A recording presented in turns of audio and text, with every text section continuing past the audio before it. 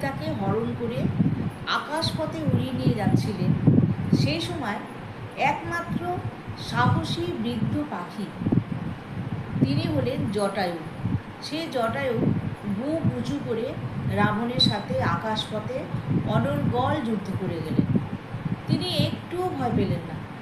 আকাশপথে চলল সব সাংঘাতিক যুদ্ধ। এই যুদ্ধে রাবণ কী করল, তার তরোয়াল দিয়ে জটায়ুর একটা পাখা কেটে দিল। সঙ্গে সঙ্গে জটায়ু রক্তাক্ত অবস্থায় তিনি নিচে পড়ে যান।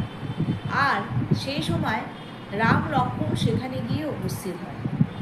রাম লক্ষ্মণকে দেখে জটায়ু ওই অবস্থায় রাম লক্ষ্মণকে বললেন যে রাবণের কাছে কিন্তু সীতা বন্দী আছে, তিনি আছে লঙ্কায়, আপনারা শিগগিরই যান প্রভু, সীতাকে উদ্ধার করেন।